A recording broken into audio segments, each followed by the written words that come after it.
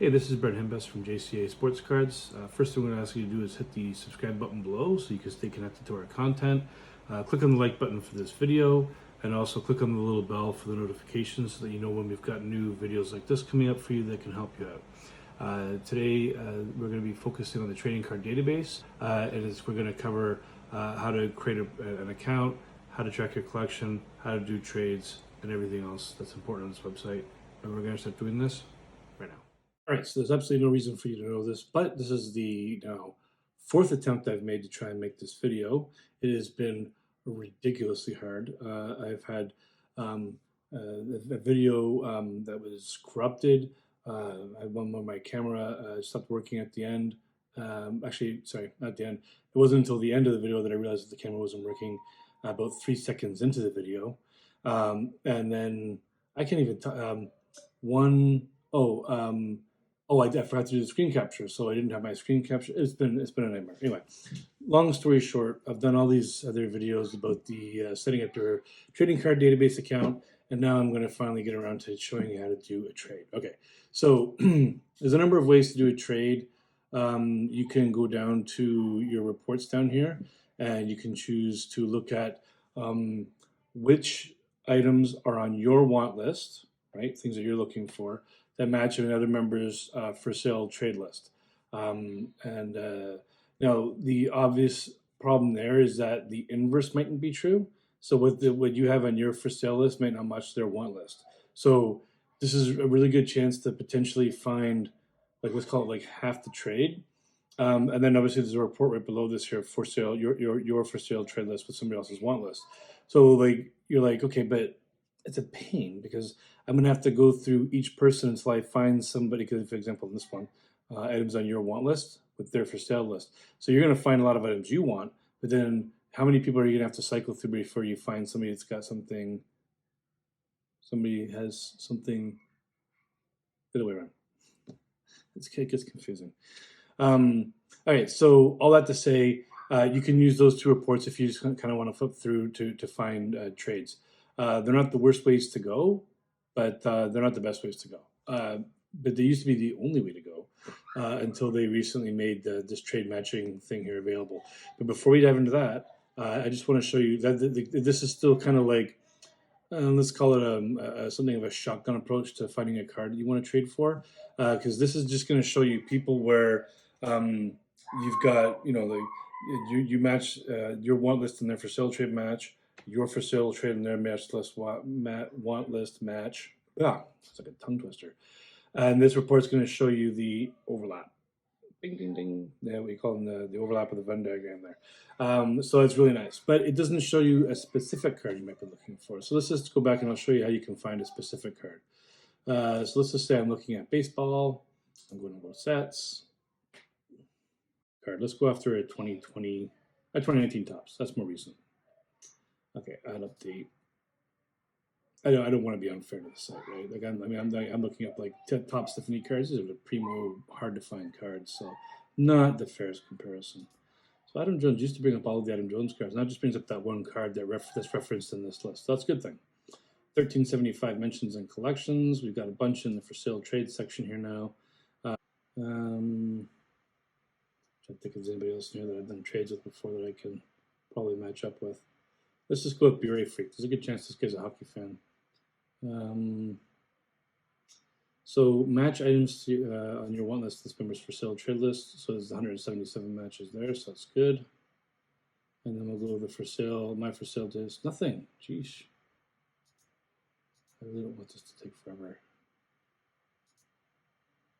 Oops. That's back where it was. Okay. I'm going to find something. Okay. I've done a trade with this guy recently, so there's got to be something. All right. So my want list is for sale, 107. And my for sale to his want list, 88. All right, I'll show you how to do a quick trade here. Propose a transaction.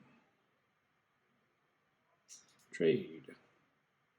So the way I would do this is to click on update here now. And I'm going to go click on some cards that I got.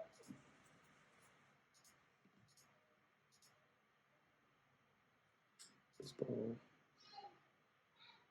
it's nice when those numbers that you were seeing there, these are all recent additions. They have made so many brilliant additions to this website very recently. I'm talking in the past 4 to 6 weeks. It's made this website a million times easier to use, which is tricky because millions a lot. I forget which card what was I looking for here now even. But it doesn't matter. Let's just go with Giancarlo Stanton, Archie Bradley, and Stephen Brault. These are all basically worthless cards. Not that they're not worthless players, but they're vets that have been around for a long time. Their cards aren't really worth much. Giancarlo Stanton, the star, probably not going to make it to the Hall of Fame. I mean, I guess there's a chance it could. I'd be surprised. He's a good homer and power hitter, but he's not exactly somebody that's kind of like, he's not Clayton Kershaw, he's not, that's what I'm thinking of here. Larry Walker's put in the Hall of Fame, right? High batting average, home runs, stolen bases, incredible outfielder. What's Giancarlo Stanton? Okay, he's got a cannon for an arm, and he hits home runs, but he doesn't hit for a high average. He's not terribly fast. I don't know, it just doesn't seem like a Hall of Famer to me. But, based on the new era of baseball, which is all home runs and strikeouts, what the hell, maybe he will be.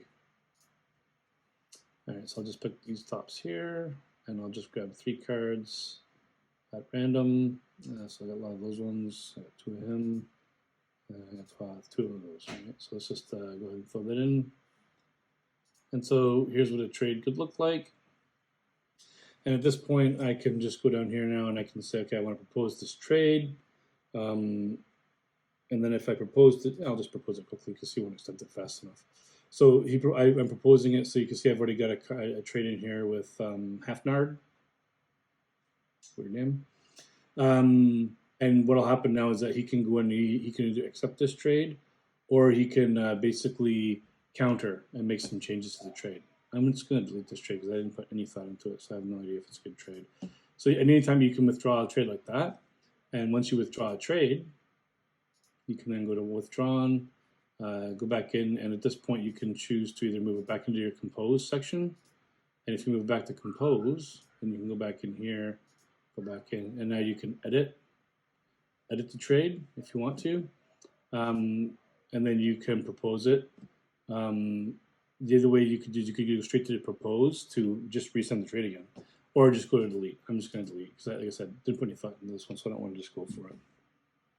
Just want to delete this transaction. Okay, so that's the kind of the old-fashioned way, but the newfangled way, which is actually much simpler, I should call it the unfangled new way, is we just scroll down here to this report called trade matching. I forget what it's called. Well, let's just get into it. It might be a week now since I ran this report. So it runs a report that takes a bit of time for it to come up. So let's just go take a look. So it's saying here, you are eligible to run a trade match report. Okay, so before I run this one, I'll just show you, this is the previous one that I ran. And so I had a trade up here. I had my top match here was Sandy Rusty, who I did a trade with. And you'll see that I've got 0 on my side. That's just because I already did a trade with this guy and traded away like 100 and something cards, I think. And then I could trade for these. Oh, this guy's got a bunch of Tiffany's on his want list. Wait, is that my want list? It looks like my want list actually, because nobody would. I don't know. That doesn't matter. So that's one way to go about it. But like I said, I already did a trade with this guy. That's why that's 0. So let's just see if we can find somebody that I didn't do a trade with. Yeah, here we go. So now you've got. You can see here. For sale trade list matches. So these will be items on my for sale trade list. And these are items on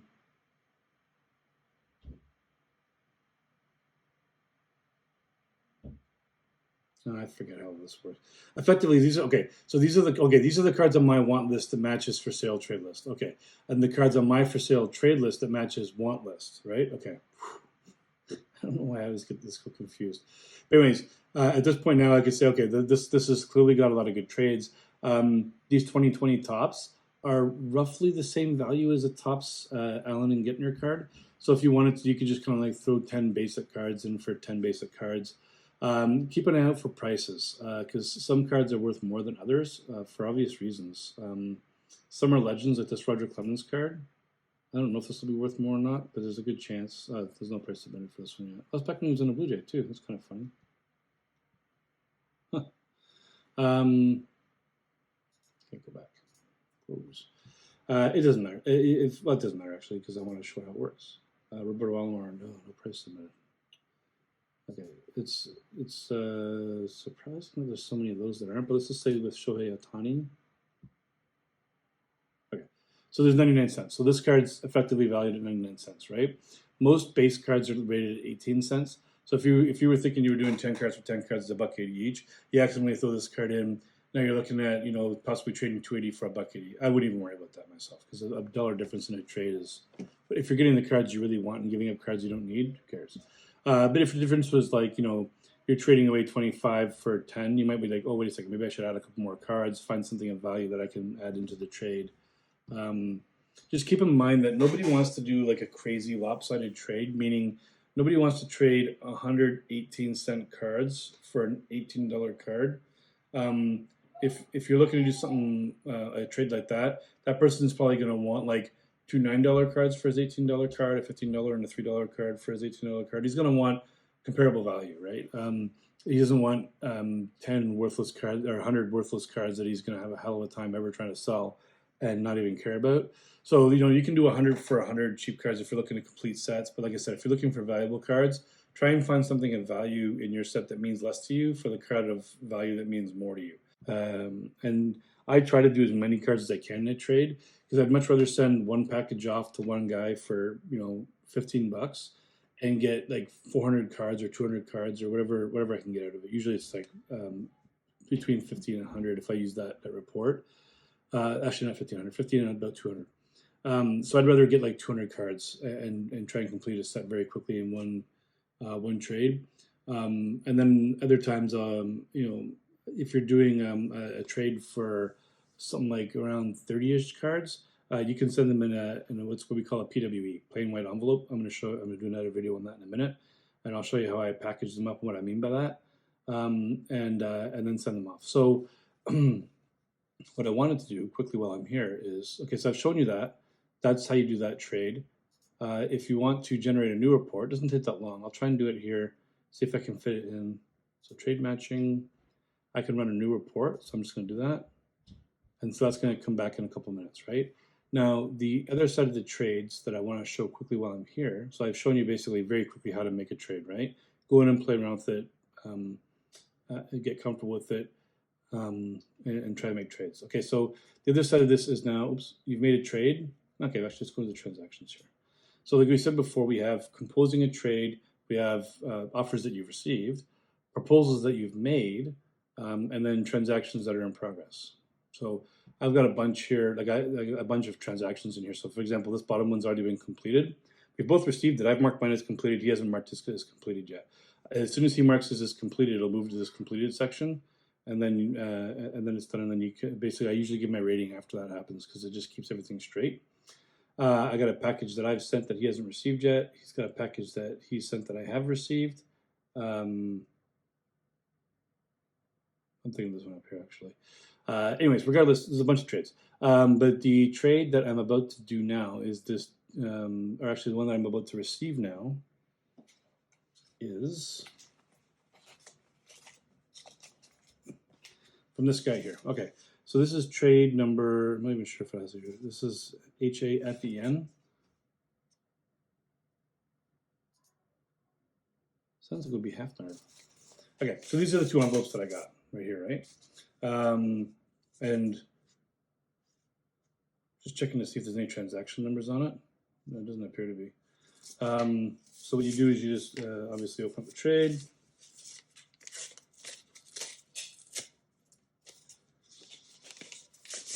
And this is actually plain white envelope, what I was talking about before. So it's just a plain white envelope, that's why it's called that. And then usually what people do on the inside is that they grab two pieces of cardboard. Some people tape it. I don't even tape it mine because I don't find, once it's in the package, it's so secure that tape doesn't make any difference. But some people like that for the added security. So I'll just quickly open this up so you can kind of see what it looks like. I still don't think it's putting transaction numbers on this. I'm not even entirely sure which packet, which transaction this is. I'm not going to go about pulling all the cards out and doing all that stuff. I'm going to do that in a separate video. All I want to do is just show you how I receive my package. Not that it's hard, but if you've done it before, this website can be a little bit like, well, what am I supposed to do here? Okay, so what I've gotten here is baseball cards. This will be the same. He sent 2 different envelopes so he could fit everything. All right. So here we're looking at a Cam Gallagher card. Let's see if I'll look at the numbers back here. So on the back here, I've got a Michael Waka 541. So I'll look that one up first. So it can't be the guy that hasn't sent a package yet. Sounds like about right compared to the name. Pittsburgh. Okay. So 541. There we go. Michael Waka. Okay, so now I found the trade.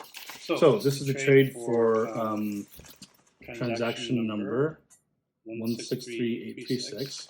I've received the package. What you would do now is you will go. Typically, what you do is you go through the cards and you check off each card as you go through this. Okay, so I'm not going to go through and check all these off now because that would take too long. But what you do then is go through and check those off. And then when you're done that, you go to package received and then click update. And then once you've done that, it's going to look like, I'll come back and show you the other ones because I want to do this one right now. Until I've received it properly.